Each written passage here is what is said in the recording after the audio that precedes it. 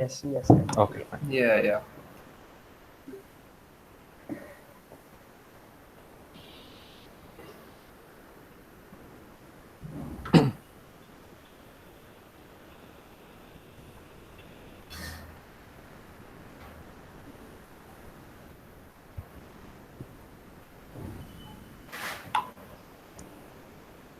In case of any bandwidth issues, you may share the slides with us and we can present on your behalf.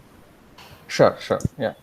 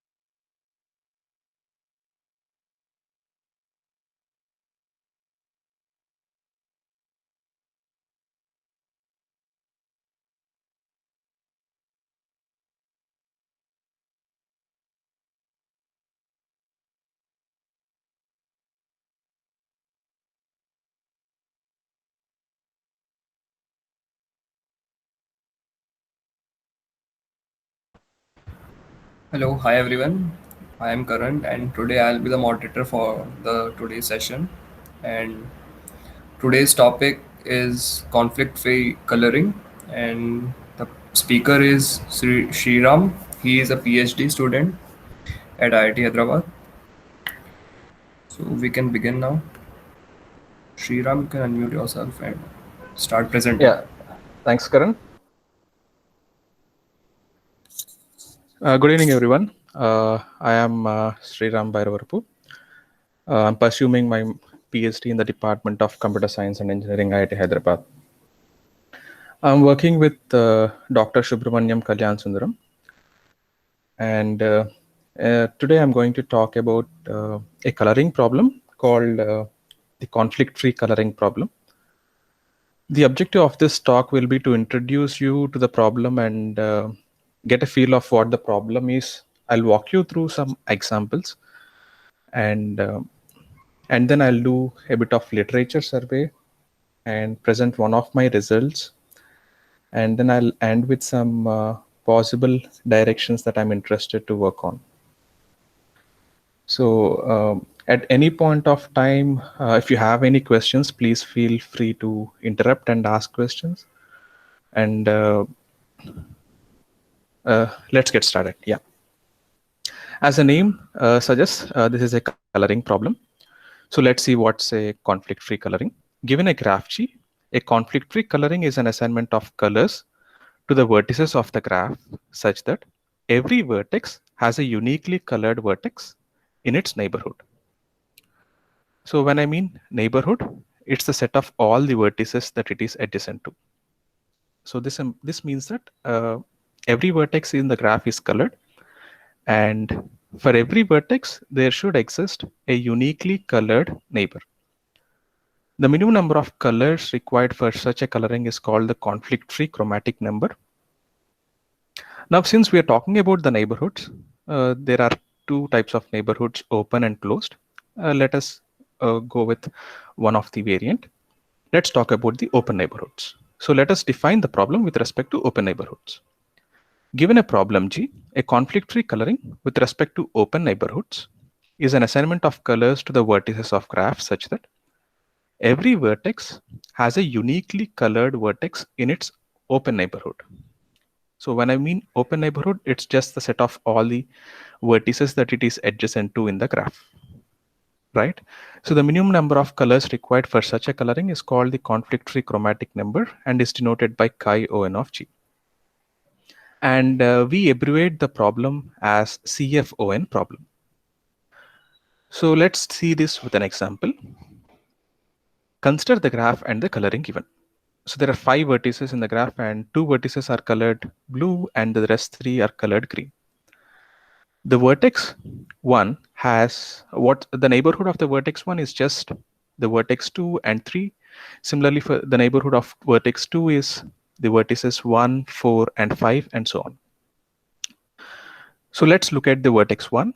So the vertex 1 has 2 neighbors, vertex 2 and vertex 3. They are colored blue and green, and hence there is at least one vertex which is distinctly colored in its neighborhood. For the vertex 2, there are 2 vertices colored green and 1 vertex colored blue. Hence the vertex colored blue acts as the uniquely colored neighbor for the vertex 2. For the vertex 3, one vertex is colored blue, one vertex is colored green. So both of them act as a uniquely colored neighbor. For the vertex 4, 2 vertices are colored green and one vertex is colored blue. So the vertex colored blue acts as the uniquely colored neighbor. For the vertex 5, there are 2 vertices, one colored blue, one colored green. It has both the vertices as a uniquely colored neighbor. So for each and every vertex, there exists a uniquely colored neighbor. Hence, this is a conflict-free coloring in the open neighborhood scenario. Now let's look at this edge. I want this to be an interactive session, so maybe you can guess the number of colors needed for a CFON coloring. So the obvious question is one color sufficient to CFON color the problem? Okay, let me start with this. Okay, so let's say if we color both the vertices with the same color blue. So the neighborhood of 1 is just the vertex 2. The neighborhood of vertex 2 is just the vertex 1. So vertex 1 has the vertex 2 as the uniquely colored neighbor, and the vertex 2 has the vertex 1 as the uniquely colored neighbor, right? So now let's look at a triangle. How many colors do you think are required to CFON color it?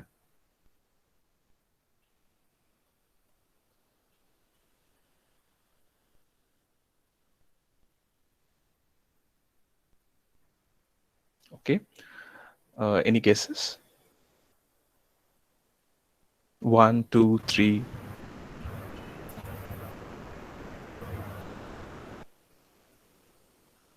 Okay. So the answer is 3. So let's see why one color is not sufficient. So let's say all the 3 vertices are given the same color blue. Then the vertex 2 has 2 blues in its neighborhood. It doesn't have a distinctly colored neighbor, right? So one color is definitely not sufficient. Are 2 colors sufficient? Let's say the vertex 1 is colored blue, the vertex 2 is colored red. Let's say the vertex 3 is colored blue. If the vertex 3 is colored blue, then the vertex 2 sees 2 blues in its neighborhood and it does not have a uniquely colored neighbor. If the vertex 3 if the vertex 3 was colored red, then the vertex 1 sees 2 vertices which are colored red and it does not have a uniquely colored neighbor. So 2 colors are also not sufficient. Hence we require 3 colors. So now let's talk about clicks of size at least 4. So how many colors do you think are actually required for a CFON coloring?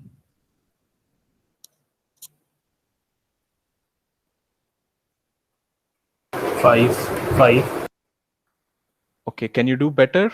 The answer is 5, but I mean, your answer was 5. Can you do better?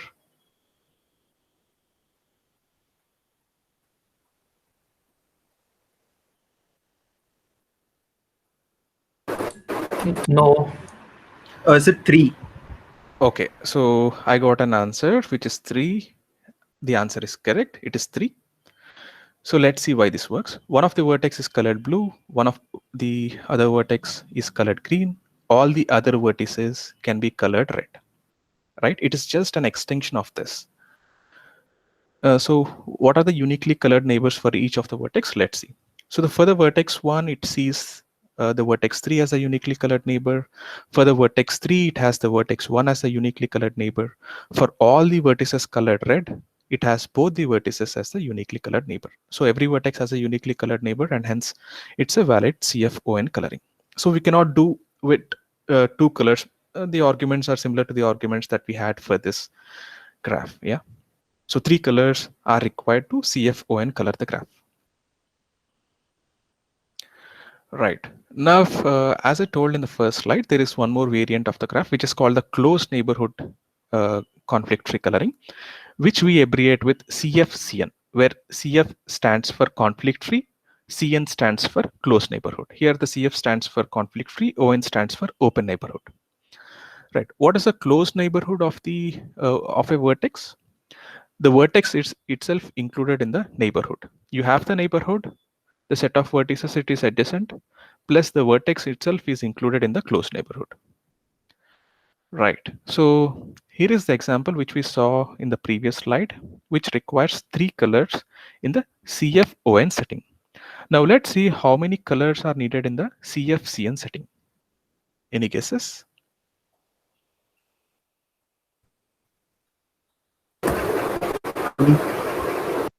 Right. 2 colors. 2 colors are sufficient.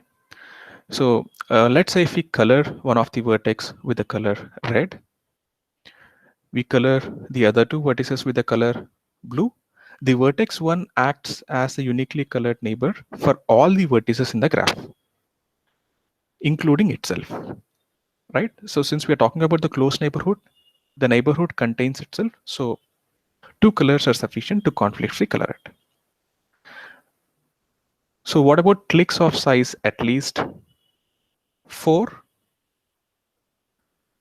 The argument is similar to what we had. 2 colors are sufficient. We color one of the vertex with green, the other vertices with red. The vertex colored green acts as a uniquely colored neighbor for all the vertices of the graph. Right. Now let's look at some other examples. So firstly, I want to note that the CFON coloring is not defined for isolated vertices. Why is it not defined for isolated vertices? Because isolated vertices do not have a neighborhood, right? So if they do not have a neighborhood, then the CFON coloring is not applicable there. But a CFCN coloring is can be made possible, because for all the isolated vertices they can be given some color, and it itself is the uniquely colored neighbor, right? So CFON coloring is not defined for isolated vertices, but CFCN is defined.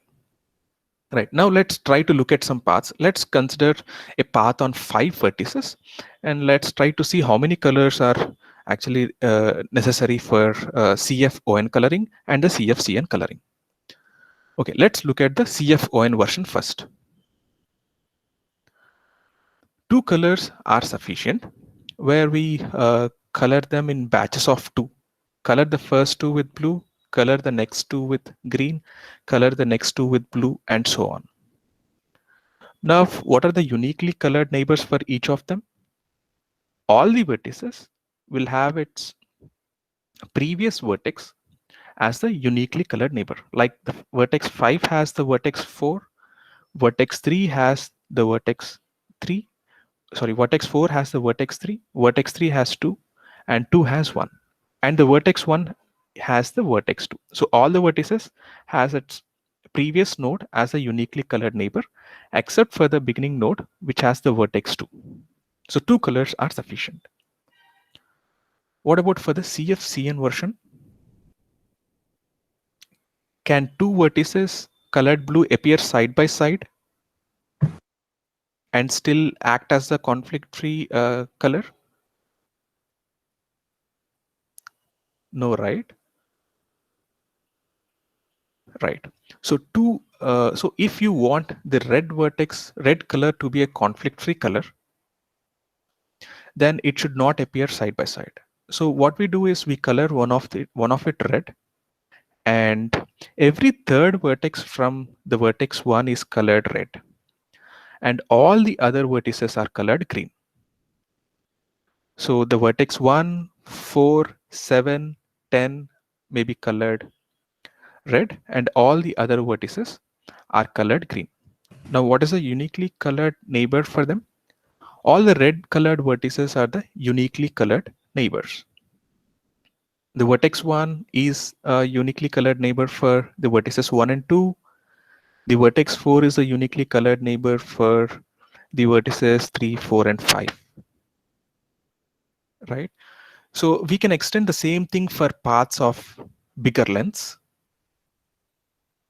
Right. So we could use the same thing like blue, blue, green, green, red, red, and we can repeat the same process here. Now let's look at, there is a different coloring for a path on 6 vertices. So previously we started with the red node, the first vertex being the color red. Now we started with a green color. Why is this? Because so what we are trying to do is color every third vertex with red, right? So if we had followed this pattern, then the vertex 6 must have been given the color green. Then the vertex 6 does not have a uniquely colored neighbor, as both the vertices 5 and 6 are colored green, right? So what we do is we start by coloring the vertex 2 with red, and thereby every third vertex is colored red. So Hello, yeah. Sriram. One of the student is asking a question. It could have been alternating color too, right, in CFCN. So what you want? 1, 2, 1, 2, something like that? Yeah, Yeah, you could do something like that. yeah. Yes, that's also a coloring. A red, green is also possible. Yes. In fact, we'll come to this at the later part of the examples. You're right. Thanks. So this is, there might be many colorings that are feasible, but I'm just showing you one such coloring. Thanks. Yeah, now let's look at a cycle. How many colors do you think are required for a CFON coloring? 5. 5. 5 is always possible because it's a proper, you can give all the vertices a distinct color, but The CFON, the chromatic number should be as low as possible, right? So we should try to minimize the number of colors. 5 is definitely an answer, but is the chromatic number 5 the question? So I think we can do better than 5. So let's see. Let's see if 3 colors are sufficient, or let's say if 2 colors are sufficient. So let's say we give the color blue to the vertex 1 and the color green to the vertex 3. So what can you comment on the vertex 2? Can it get the color blue? Can the vertex 2 get the color blue?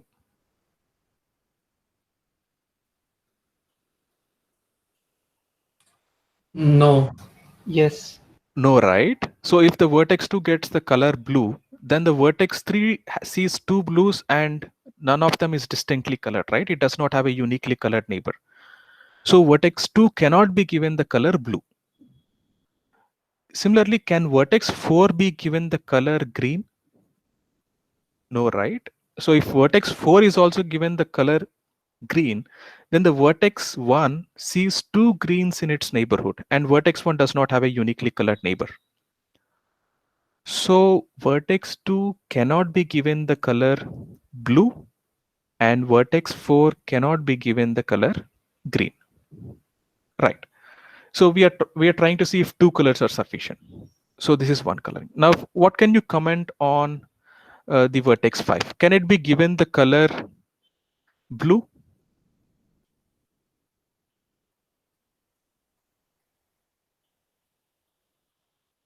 No. Right. It cannot be given the color blue because the vertex 4 sees two blues, and the vertex 4 does not have a uniquely colored neighbor. Similarly, it cannot be given the color green because the vertex 2 will be seeing two greens, the vertices 3 and 5, and hence vertex 2 does not have a uniquely colored neighbor. So we need to use a different color. So 3 colors are necessary for a cycle. So what can you comment on the CFCN version of it? Are two colors sufficient or 3 colors sufficient?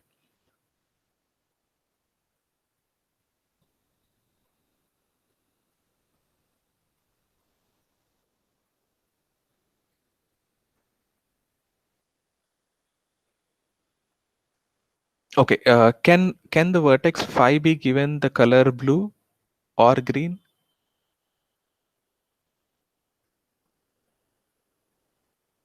It can be given blue. Okay, if okay, this can be given the color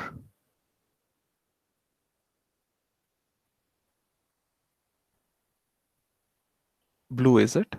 Yeah, this can be given the color blue. You're right, yeah.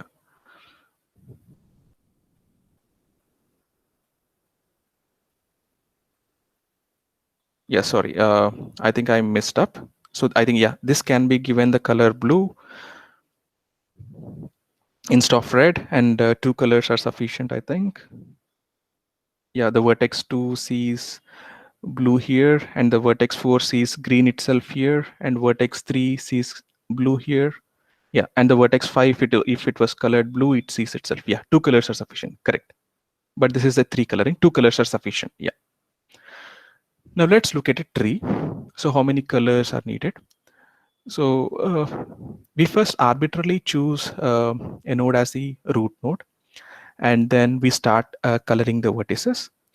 We first color the first 2 levels of the tree in such a way that every vertex except for a child of the root node, all of them are given the color blue, and the child of the root node is given the color green.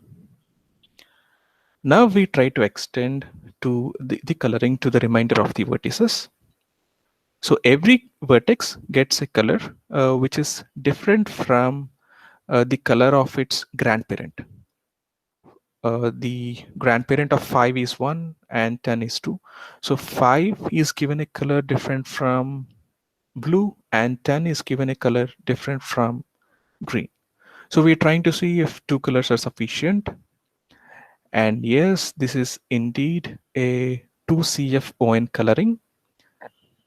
and this is the coloring. Now let's see if what are the uniquely colored neighbors for each of them. Can any one of you guess what is the uniquely colored neighbor? Is there a pattern?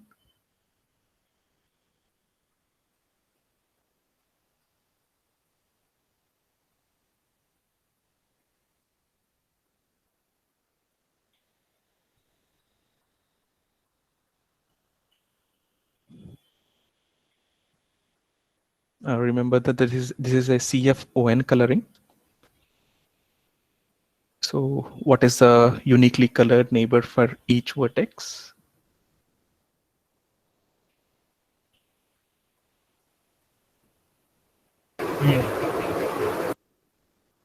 Sorry? Sagar says it's Correct, parent. yeah. So the uniquely colored neighbor for every vertex except for the root node is its parent. For example, the vertex 2 has the vertex 1, vertex 5 has the vertex 2, vertex 12 has the vertex 6, and so on. So every vertex will have its parent as the uniquely colored neighbor. Except for the root, the root node has its only child, which is colored green as the uniquely colored neighbor, right? So this is a valid CFON coloring. Now let's try to look at the CFCN coloring. So Yes, Sriram, Rachit has a question. Aren't both uniquely colored since it's a tree? okay, since it's a tree, Yeah, so can you please repeat he the has. question? Rachit, can you go ahead and speak yourself? So, sir, it's a tree, right? So every vertex can be connected to at max. Say like this at least looks like a BST at least. Okay, it does. Okay, this is not a So BST, right? One has so 3 children. Yeah, please go on. so even if like except the root for, is it necessary that it only has to be the parent? Like, can it not be the other ones as well? It can be there, but the thing is, we are sure that a parent can be the uniquely colored neighbor. For example, if you take the vertex 3, it has the vertex 7 also as a uniquely colored neighbor, right? For example, if you take the vertex 6, it has 12 also as a uniquely colored neighbor. But what we are guaranteed is by such a coloring is that its parent is definitely the uniquely colored neighbor. For example, the vertex 2, it has 2 children. It cannot have one of it as the uniquely colored neighbor because there could be many of them which are colored green, right? So, but what we are definitely sure about is its parent is uniquely colored. Yeah, that is this just a definite thing. Yeah. So there could be instances where the vertex 3 has its child as a uniquely colored neighbor, but we are talking about a general rule which applies for any case. Yes. Now let's talk about, is the question, is my answer okay?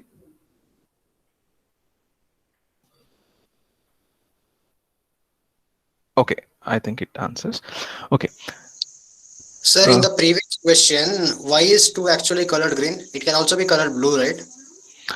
Okay, if it was colored blue, then what could be the uniquely colored neighbor for the vertex 1? Okay, okay, fine, got it. Yeah, that's why we color it with 2. Yeah, thanks. Now let's look at the CFCN version of the problem. Right, this is fairly simple. So what we do is we arbitrarily pick a vertex and make it the root node. We color all the vertices in the level 0 with, or just the root with blue, and all the level 1 with green, level 2 with blue, level 3 with green, and so on. So we color the levels alternately with blue and green. It is easy to see that the vertex itself is a uniquely colored neighbor, right? The vertex 2 itself is the uniquely colored neighbor for itself, and so is every vertex in the graph. So if you carefully look at it, this is all for each of the bipartite graphs. 2 colors are sufficient in the CN setting. Where what is a bipartite graph? Graph can be partitioned into 2 vertex sets. Let's say V1 and V2. where there are no edges inside V1 and there are no edges inside V2. And what we have are the edges between V1 and V2. So in such a graph, two colors are sufficient to CFCN color it. So how we give it is one partition entirely we color with blue, the other partition we entirely color with green, right? So the vertex itself acts as a uniquely colored neighbor. So this is just a bipartite graph. So what I want to say is all bipartite graphs are CFCN two colorable. Yeah. So now let's move on to a tricky graph. So which I call it as the subdivision graph of the clique. So how does the name come from? Where does the name come from? So let's say this is called the K4 subdivision graph. So what is K4 subdivision? So I initially start with a clique on 4 vertices, where my initial vertices are the vertices 1, 2, 3, and 4. These are my 4 initial vertices. They form a clique. A clique is a set of vertices, pairwise adjacent vertices. So now, what is a subdivision graph? For each edge is subdivided. Each edge of the graph is subdivided with a new vertex. So since there are 6 edges in a clique, we have 6 subdivision vertices, right? So this is the graph. Now let's try to see how many colors are needed to CFON color it, right? So the first question is, can the vertices 1 and 2 be given the same color?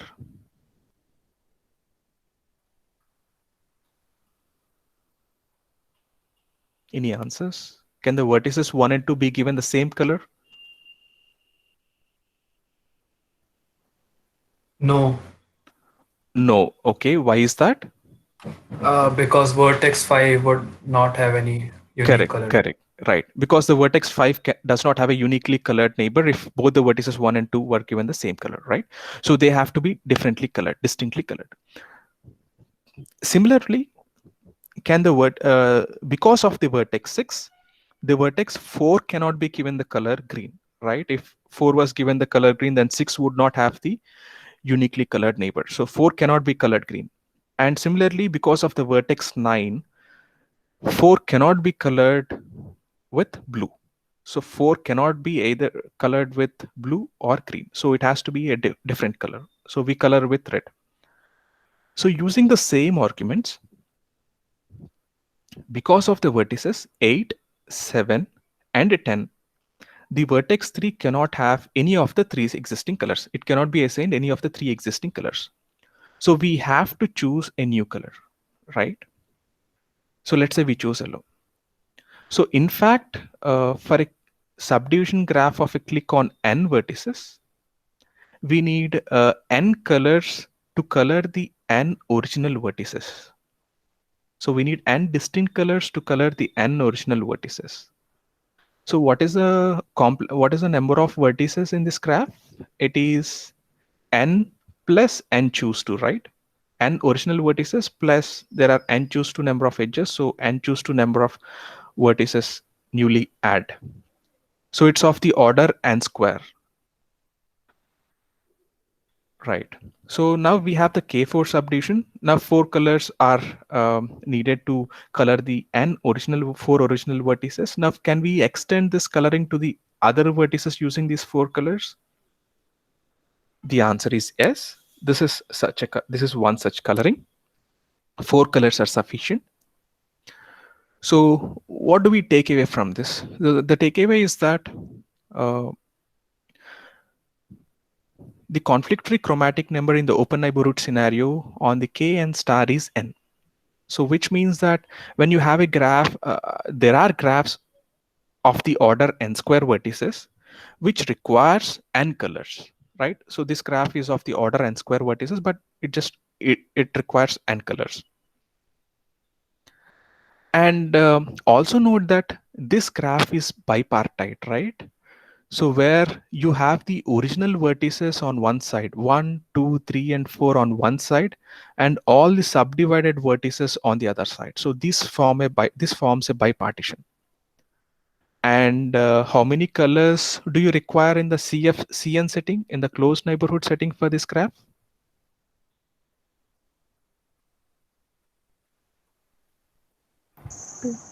Yeah. Okay, great. So we require two colors because we color one of the partition with blue, the other partition with red, right? We just discussed in the previous slide that for any bipartition graph, two colors are sufficient to CFC and color it. So you can see the difference, right? So there are graphs which require two colors in the CFCN but requires n colors in the CF1. So there is a huge gap between them, right? Okay. So now let's look at some motivation. This problem was first introduced by Ivan Lothar, Ron, and Smoradansky in 2002, motivated by the frequency assignment problem. So where we have two types of nodes called the base stations and the nodes. Here the red towers are the base stations and the blue cell phones are the clients. So each base station is given a distinct frequency, right? Each base station is given a fixed frequency. Now, when the client wants to communicate with the base station, it first scans for the available base stations in its vicinity, in its neighborhood to communicate, right? So if two base stations in its neighborhood, if they try to communicate with the same client, then it leads to interference because both the base stations, if they have the same frequency, then the message won't be communicated properly, and this leads to interference. So hence it is required that for every client, there needs to be a base station with a distinct frequency, right? One trivial solution is to assign a distinct frequency to each of the base stations. But then since the number of base stations is limited and are expensive, we try to reuse some of the frequencies, right? So hence we try to minimize the number of frequencies we use. So this problem translates to the conflict-free coloring problem. Okay, so now let's move to the history. So this problem has been studied with respect to both open and closed neighborhoods, as we saw in the previous slides. Both versions are proved to be NP complete. And in 2009, Pak and Tardos showed that there exists the conflict-free chromatic number in the open neighborhood scenario is of the order square root n. So what they mean by square root n is for an n vertex graph, you need roughly order root n number of colors. So we just saw in the previous slide the subdivision graph of the click, which has order n square vertices, but just n colors are sufficient, right? So this is an example which shows that this bound is tight. Okay, and the CN chromatic number, they showed it to be log square n. In addition to these two, special interest for graphs arising, people have studied this problem on the intersection graphs of geometric objects like the disk graphs, squares, rectangles, and interval graphs. And people have also studied the approximation algorithms and the fixed parameter tractable algorithms with parameters like vertex cover, neighborhood diversity, distance to cluster, and more recently tree width. Okay, this is some history. Now let me give you the results of my current work. Okay, in 2018, Abel and others, they worked on the problem with respect to planar and outer planar graphs. So they were able to show that 8 colors are sufficient for planar and 6 colors are sufficient for outer planar. We improved the respective bounds to 6 and 4. And in 2019, Bodlander, Cole, and Peterse, they worked on this problem and they gave some bounds with respect to the feedback vertex set and the path width. And especially the path width result that they get is an f+3 bound. They showed that f+3 colors are sufficient. We improved it to f+2 and this result is tight.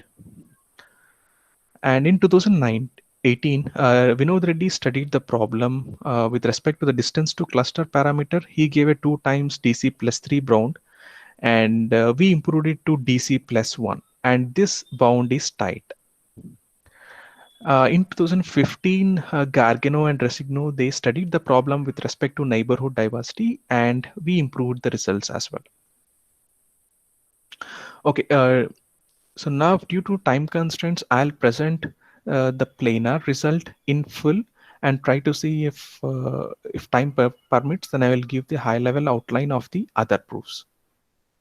Now, let's look at the planar result. So the theorem goes like this. If G is a planar graph, then 6 colors are sufficient to conflict-free color the graph in the open neighborhood setting, right?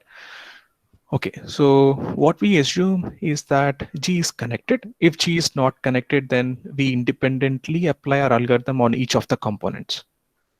The other assumption that we have is that the number of vertices is at least 2. This is because CFON coloring problem is not defined for isolated vertices. We just saw in the initial slides. Hence, it is required that each component has at least 2 vertices. Okay, so we require this property, maximal distance 3 set technique, in order to solve the problem. Let's see what is this set. So we denote the set with V0. So we keep on adding the vertices into the set. So let's say initially we arbitrarily choose a vertex V and initialize it to V0. We keep on adding the vertices to the set V0. We add the vertex U to the set V0. If there already exists a vertex W in the set V0, such that the distance between U and W is exactly 3, and the distance between U and W and every other vertex in V0 is at least 3. So I repeat, we initialize the vertex V to V0. We add a vertex U to V0. If there exists a vertex W in V0 such that the distance between U and W is exactly 3, and the distance between U and every other vertex in V0 is at least 3. Let's see this with an example. Consider this graph and let's try to construct the maximal distance 3 set. So we initially choose some arbitrary vertex as the and initialize it to V0. So let's say we chose the vertex 1. So now we try to keep on adding the vertices until we can't add any further. So now let's try to add the vertex 4. This we can add because it is at a distance 3 from the vertex 1. Right. So now we try to add some other vertices. We add the vertex 5 now because it is at a distance 3 from the vertex 1, and it is at a distance 4 from the vertex 4. So at least one vertex is at a distance 3. So we add the vertex 5. Right. So now we add the vertex 8 because it is at a distance 3 from 5. It is at a distance 3 from 4. And it is at a distance 3 from the vertex 1. Right. So now this is all. We cannot add any other vertex except for these 4. So this is because now every other vertex is at a distance of either 1 or at a distance of 2 from the vertices, from the blue colored vertices, right? So we can't add any other vertices. So now that we have this V0, which is the maximal distance 3 set, we try to partition the vertices of the graph. So the vertex set V0 is a maximal distance 3 set, which are the blue colored vertices 1, 4, 5, and 8. So we denote the vertex V1 as the neighborhood of V0. All the vertices which are adjacent to V0 are colored green, and these constitute the set V1. The vertices 2, 3, 6, and 7 form the set V1. The remaining vertices 9, 10, and 11, they form the set V2.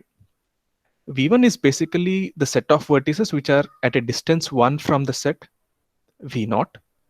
and V2 are basically the set of vertices which are at a distance 2 from the set V0, right? So I hope the construction is clear. Uh, Now let's see some observations. The first observation is V0 is an independent set. So yes, V0 is an independent set because there are no edges between 1 and 5. If there were edges between 1 and 5, then it is not a maximal distance 3 set, right? So V0 is an independent set. There are no edges between V0 and V2. So let's say there was an edge between a vertex in V0 and a vertex in V2. Let's say there is an edge between 1 and 11, where 1 is from V0 and 11 is from V2. What if there is an edge between 1 and 11? What is the contradiction? Can anyone point out? If there's an edge, then 11 must be of color green or basically from set V1. Perfect, perfect. So if there was an edge between 1 and 11, then 11 would feature in the set V1 and it must have been colored green, right? So, but this is not the case, and hence there are no edges between 1 and 11. So in fact, there are no edges between V0 and V2. The third observation is that every vertex in V0 union V2 has a neighbor in V1. So let's first argue that every vertex in V0 has a neighbor in V1, right? So V0 is an independent set, and there are no edges between V0 and V2. And since the graph is connected and there exists at least two vertices in the graph, there has to be a neighbor of V0, and that neighbor has to be in V1 because of the definition, right? Because there are at least two vertices and the graph is connected, there has to be a neighbor of a vertex in V0, and that has to be in V1 because of the definition. Okay, now let's see why every vertex in V2 has a neighbor in V1. Recall that V2 are basically the set of vertices which are at a distance 2 from the set V0, right? So if they're at a distance 2 from the set V0, which means that there exists a connecting vertex. There exists a vertex which connects a vertex in V0 and a vertex in V2, right? So, and that connecting vertex should be in V1 because of the definition. Because all the neighbors of V0 should be in V1. Hence, every vertex in V2 has a neighbor in V1. Let's move to the last observation. Every vertex in V1 has exactly one neighbor in V0. Okay, for the sake of contradiction, let's say the vertex 2 has two neighbors colored blue. So let's say the vertex 2 is adjacent to the vertex 1 and the vertex 5. So is there any contradiction here? The distance between 1 and 5 would be less than Correct, 3. exactly. So V0 is basically the set of vertices which are at a distance at least 3, but adding this edge would make these two vertices at a distance 2, which is not correct, and hence every vertex in V1 has exactly one neighbor in V0. Sure. Good. So using these observations, we try to color the vertices and obtain the uniquely colored neighbor for all the vertices of the graph. So firstly, we try to color the vertex set V0. So let's look at the last observation once again. Every vertex in V1 has exactly one neighbor in V0. So if we color all the vertices of V0 with the color 1, with the same color, then every vertex in V1 will have a uniquely colored neighbor. What is a uniquely colored neighbor for every vertex in V1? Its neighbor in V0. We are sure that every vertex in V1 has exactly one neighbor, and that neighbor in V0 is a uniquely colored neighbor, right? So we have colored the vertex set V0. By doing so, every vertex in V1 has a uniquely colored neighbor. Now we try to color the vertices, the vertex set V1. So while coloring it, we ensure that every vertex in the set V0 union V2 have a uniquely colored neighbor. As of now, we just have colored the vertices in the set V0. By doing so, every vertex in V1 has a uniquely colored neighbor, right? So we just have to pick some coloring which has uniquely colored neighbors for the vertices in the set V0 union V2. How do we do it? Okay. The first step is to contract the edges between V0 and V1. So what do you mean by contraction? So you pick a vertex in V0 and you choose one of its neighbor in the set V1, right? And you contract it to it. So when you mean contract it, so when you mean contract, all the neighbors of the vertex 1 will be adjacent to the vertex 2. So the definition will become clear once we go into the further step.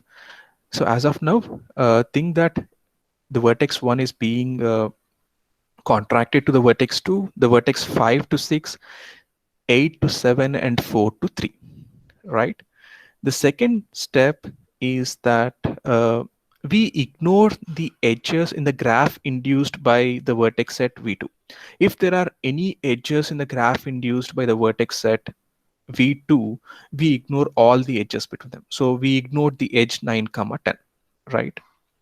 So the third step is we contract the edges between V2 and V1.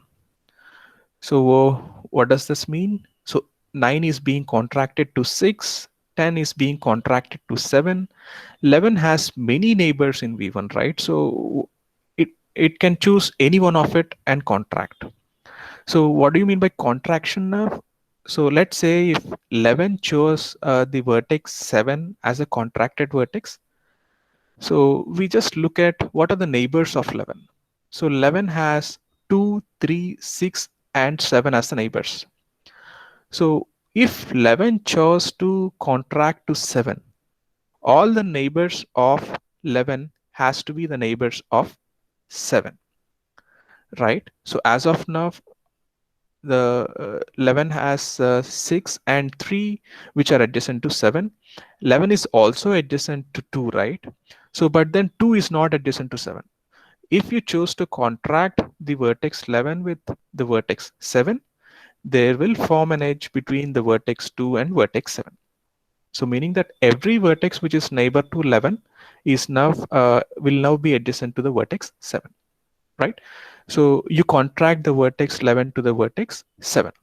So we have now what we do is we delete the vertices in the set V0 union V2. We ignore them, right? So remember that the vertex 11 is being contracted to 7. So all the neighbors of 11 are now the neighbors of 7. So previously 2 was not a neighbor of 7. Now because of 11 being contracted to 7, 2 is now a neighbor of 7, right? So what we now have is a minor and is still a planar graph. Now we color the vertices. This is just the vertex at V1, right? We have not deleted the vertex at V1. This is just the vertex at V1. We just deleted vertex at V0 and V2. So we have the vertex at V1. So now we try to color these vertices, right? So this green color was just used to represent the vertices V1. It is not a coloring. Now we try to color the vertices, right? So we know that a planar graph is 4 colorable, right?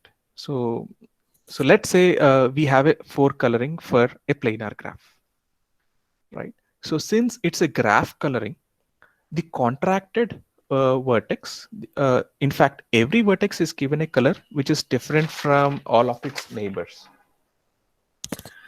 right? And and the contracted vertex will definitely be, in fact, have a different color from all of its neighbors.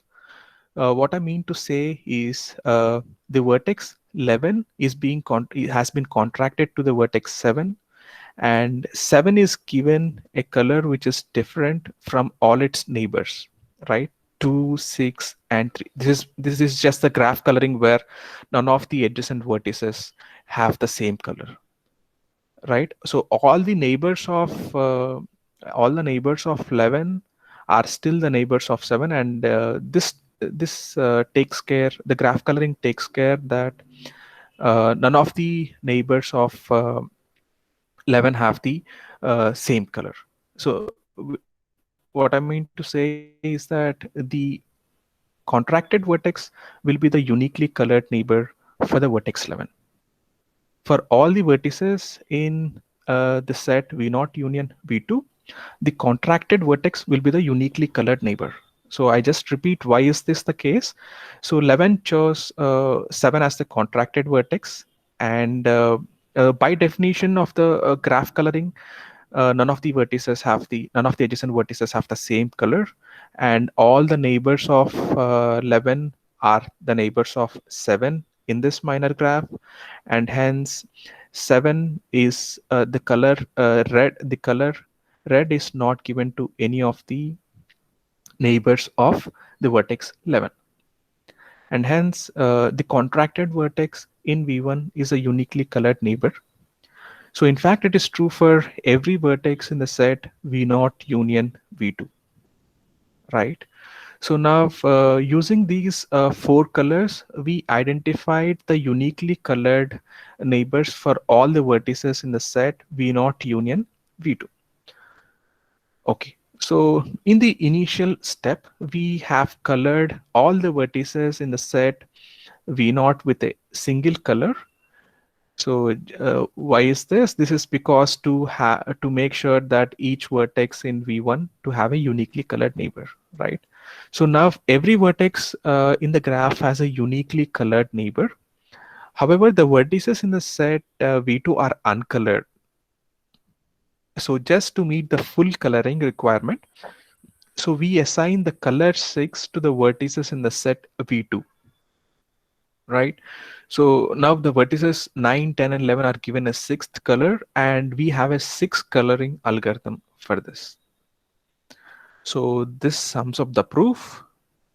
Okay, so now so I have, how much time do I have?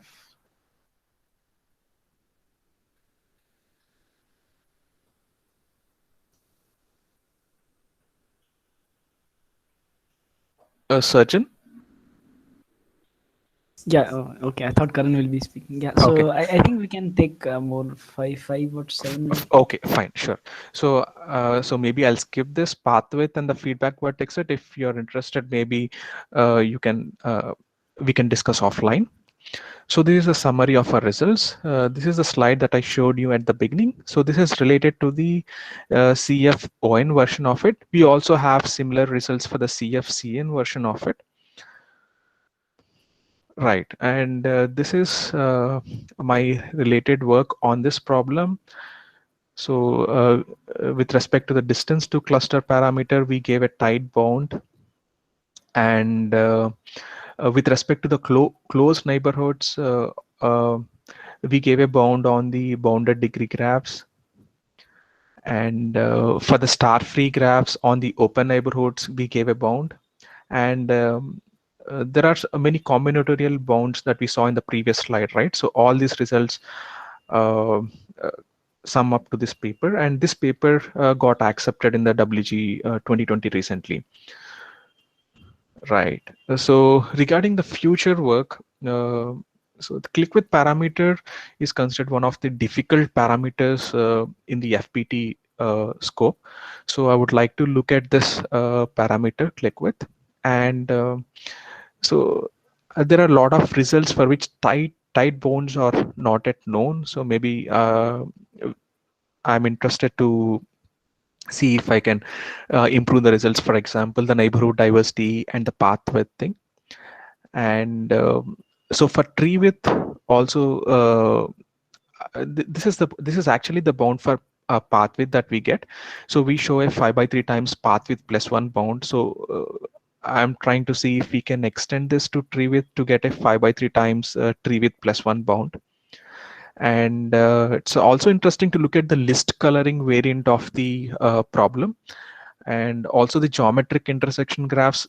Many questions remain open in this area of geometric intersection graphs on disks and squares, and the complexity of this problem on various graph classes is unknown, like the block graphs, permutation graphs, and the interval graphs. So maybe it is interesting for it is interesting for me at least uh, to work on this and get some complexity results. Yeah. So these are my Hello. references. Yeah. Hello, everyone.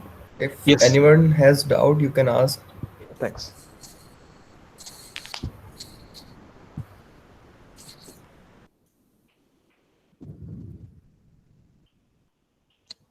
So if anyone has any questions, please feel free to ask.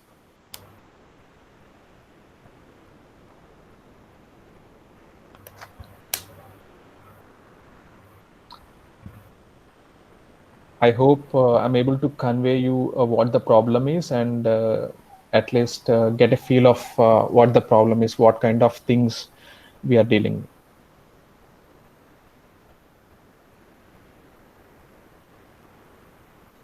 Does anyone have any doubt? I think we will share the video with them. Maybe that way they will go back and sort of Sure. ask if any.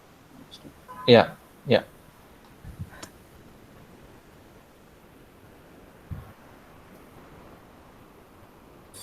So we should conclude the today's session, and Yeah. So one last thing. thanks I for mean, the valuable. yeah, yeah. So if everybody Yeah, yeah. here, I mean, if you guys can come on video, so we can have Oh, okay, uh, fine. I'm sorry. picture I and forgot to.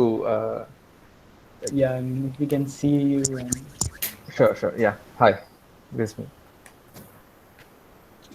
so these guys, if you all can come on video, so we can have one picture towards the end and maybe helps in posting on social media.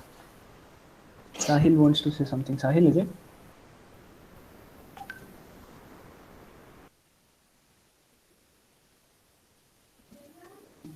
I don't see.